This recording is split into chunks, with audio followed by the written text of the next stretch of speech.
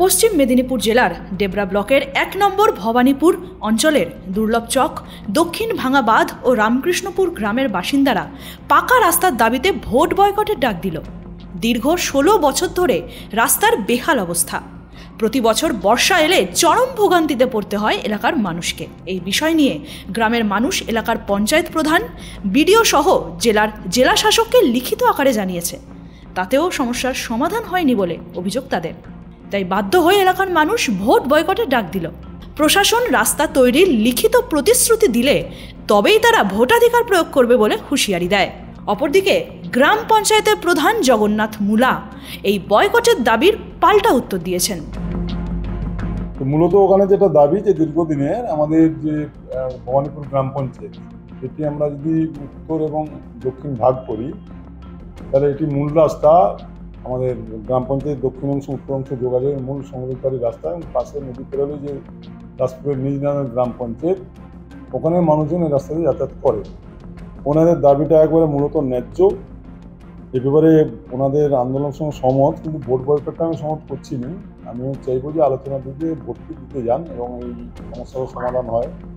বাস্তব ওনারা যা বলেছেন যে বিশেষত বর্ষাকালে স্কুলের ছাত্রছাত্রী যাতায়াত করতে পারে না, এবং এটি আমাদের চাষের এলাকা, মূলত সবজি চাষের প্রচুর সবজি চাষে সবজি বিক্রি করতে হবে, সেরকম আকাল পরিস্থিতি বাজার আছে আর অন্য পান্না বাজার আছে, সেগুলি যাতায়াত প্রায় বন্ধ হয়ে যায় বর্ষাকালে। স্কুলের ছাত্রছাত্রীও আসতে পারে না, এরকম সমস্যা।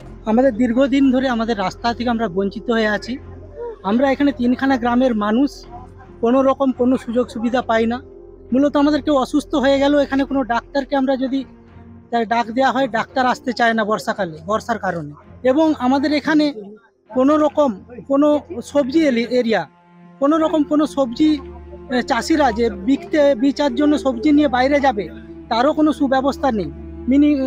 অন্তত 16-17 বছর ধরে এই সমস্যা রয়েছে।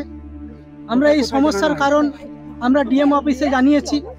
তৎকালীন আয়সা রানী, ওনাকে জানানো হয়েছিল, উনি আশ্বস্ত করেছিলেন যে আমাদেরকে দেখবেন, কিন্তু কোনো রকম কিছুই আমরা তাতে সুরাহ পাইনি। তারপর বিগত 8 বছর 10 বছর কেটে যায় যে আমরা কোনো সুরাহ পাইনি। তাই আজকে আমরা এই আন্দোলনে নামতে বাধ্য হয়েছি। হ্যাঁ, ভোট বয়কটের ডাক দিয়েছি। যতদিন আমরা দেখতে পাচ্ছি যে হ্যাঁ আমাদের এখানে রাস্তা হয়ে গেছে, আমাদের যোগাযোগ ব্যবস্থা হয়েছে, উপযুক্ত যদি ব্যবস্থা হয়ে যায় আমরা একমত। ভোট দেওয়ার আগের দিন পর্যন্ত আমাদের রাস্তা যদি পাকা হয়ে যায়, আমাদের জল নিকাশির ব্যবস্থা, সমস্ত পুল বা ছেলে মেয়েদের যে আমাদের অসুবিধাগুলো, এই অসুবিধাগুলো ওনারা যদি তার সুরাহা করেন, কিছু ব্যবস্থা করেন, আমরা নিশ্চয়ই ভোট দিতে যাব। সবাই একমত হয়, তখন যে কে কাকে ভোট দেবে সেটা পরের কথা, কিন্তু আমরা সবাই একজোট হয়েছি যে রাস্তা যদি না হয়, আমাদের দাবি যদি না মেনে নেওয়া হয়, আমরা কিন্তু ভোট দিতে যাব না। ভোট দেওয়ার আগের দিন পর্যন্ত ওনারা এসে যদি আমাদের এই কাজগুলো করে দেন, প্রতিশ্রুতি নয়, শুধু আমাদের কাজ করিয়ে দেখাতে হবে, তারপর আমরা ঘর থেকে বেরোবো যে হ্যাঁ আমরা ভোট দিতে যাব। পশ্চিম মেদিনীপুর থেকে নিজস্ব প্রতিনিধির রিপোর্ট, এএনএম নিউজ।